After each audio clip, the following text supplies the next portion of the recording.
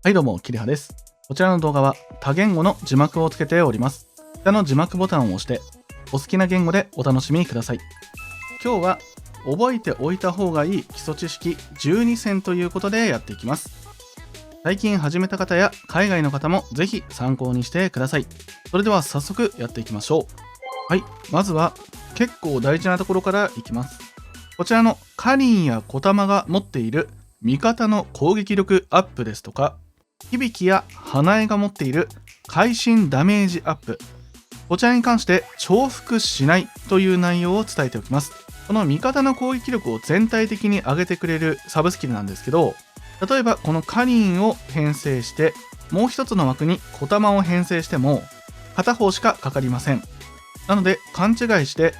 カリンとコタマを編成している方はこのサブスキルは重複しないのでご注意ください。なので一番火力が上がるおすすめの組み合わせとしては、コタマのような攻撃力を上げるサブスキルと響のような会心ダメージ率を上げるタイプ、この2つを組み合わせることで火力が一番上がると言われておりますので、編成の際にぜひ使ってください。次にエリア適性についてなんですけれども、市街地戦、屋外戦、屋内戦の3つがあります。それぞれ得意不得意がありまして、ランクで言うと上から S、A、B、C、D の基本的にはこの5ランクになってます。すべて与えるダメージの倍率になってまして、S だと 120%、A だと 110%、B は 100%、C が 90%、D が80となっております。極端な例で言うと S と D で比べるとダメージに 40% もの差が生まれます。なので総力戦などを戦う際はこのエリア適性もかなり重要な内容になりますので覚えておいてください。かつ最近出てきましたこちらの屋外戦 SS というものですね。日本ですと固有武器というものがあるんですけれども、こちらの固有武器の特性でエリア適性を SS に強化というものが出てきました。こちらは S よりさらに 10% 上の 130% になりますので覚えておいてください。そして次に一番重要な攻撃相性についてです。先ほど説明したエリア適性よりもかなり重要な内容になりまして、こちらの攻撃が爆発だったら相手の軽装備に対して有効だったり、相手が特殊装甲の場合はレジストで苦手だったりするわけなんですけど、それぞれダメージの倍率が変わってきます。まずノーマルは 100% のダメージ、それがウィークになりますとなんと 200% のダメージになります。2倍ですね。そしてレジストになりますと 50% のダメージまで下がります。ウィークとレジストで比べるとものすごい差になりますので、攻撃タイプをしっかり合わせるというのはエリア適性よりも重要になります。覚えておいてください。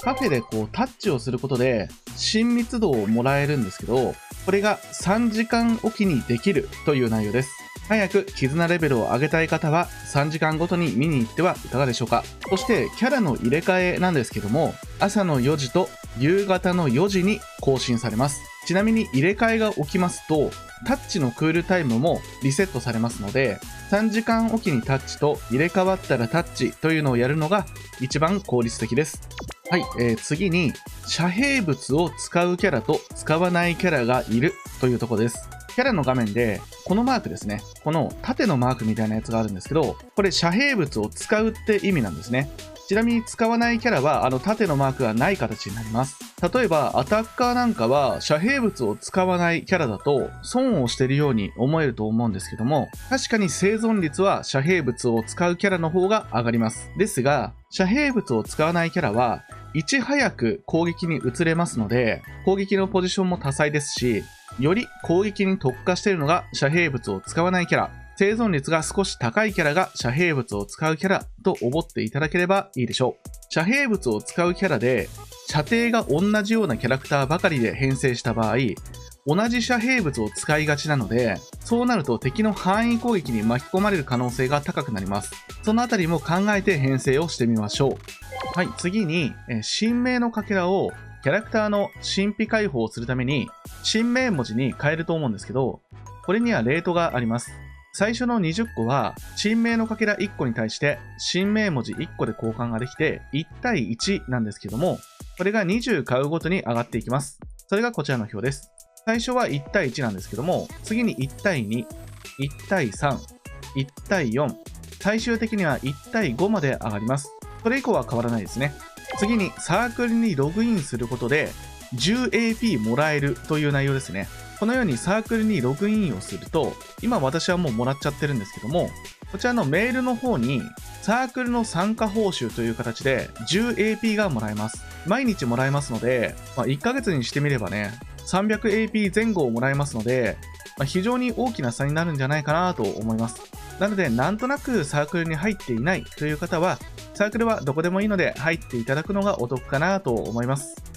そして、モモトークで見ていた絆ストーリーがあるじゃないですか。あれをもう一回見たい。でも見方がわからないという方、こちらのお仕事からストーリー、アーカイブ、こちらの絆ストーリーからキャラクターを選択して再度見ることができますので、よかったら活用してください。推しのストーリーは100万回は見ましょう。星野のストーリーめっちゃ可愛い。こちらの防御タイプに関してどこで意識をしたらいいのかという内容なんですけども、基本的に通常の任務の敵はノーマルタイプの攻撃なので、どんな防御タイプで挑んでもダメージは変わりません。こちらが軽装備で挑もうが、重装備だろうが、特殊装甲だろうが、もう何にも変わりませんが、たまにこのネームドの敵がいて、その場合はそのキャラクター特有の攻撃タイプを持ってますので、あんまり意識する必要はないと思うんですけど、一応これだけは気をつけてください。こっちの防御タイプを意識するのは、主にこの戦術対抗戦ですよね。この戦術対抗戦で相手の攻撃タイプを見て、こちらの防御タイプを選ぶというポケモンみたいなね、システムで有利不利を考えて戦うというのが理想になります。なのでこちらの防御タイプはこの戦術対抗戦で考えるべき内容だと思いますね。皆さんも意識していきましょう。そして任務の攻略をしているときに、この消える系の足場があるじゃないですか。でこの消える系の足場に味方がいるときにどうなるかと言いますと、一番近いスタートマスに戻るというのを覚えてください。これを利用しないと、規定のターン数で終わらないようなステージが13章などに盛り込まれておりますので、非常にいやらしい内容なので、これは覚えておきましょう。わざわざ消える足場の上に立って、消えて初期位置に戻って行動をしないと最短で終わらない場所とかもあります。そしてこれは知っている方もかなり多いと思うんですけども、部隊が隣接している際に入れ替えというものができます。もう一方の部隊をクリックして、この位置変更というのを行うと、行動力を使わずに位置の変更ができるんですね。これ何回でもできるんですけども、これをしないと最短のターン数で終わらないステージとかもありますので、これは本当に必須級のスキルになってます。最近始めて知らなかったという方は、これ使う場所すっごく多いので、覚えておいてください。はい、ということでいかがだったでしょうか。知っておいた方がいい基礎知識12選でした。よければ下の共有ボタンを押して、海外の方もブルーアーカイブのプレイヤーさんに共有してあげてくださいね。これからも役に立つ情報を字幕付きで解説していきますので、よければチャンネル登録もご検討いただければと思います。それでは今回はこの辺で。ご視聴ありがとうございました。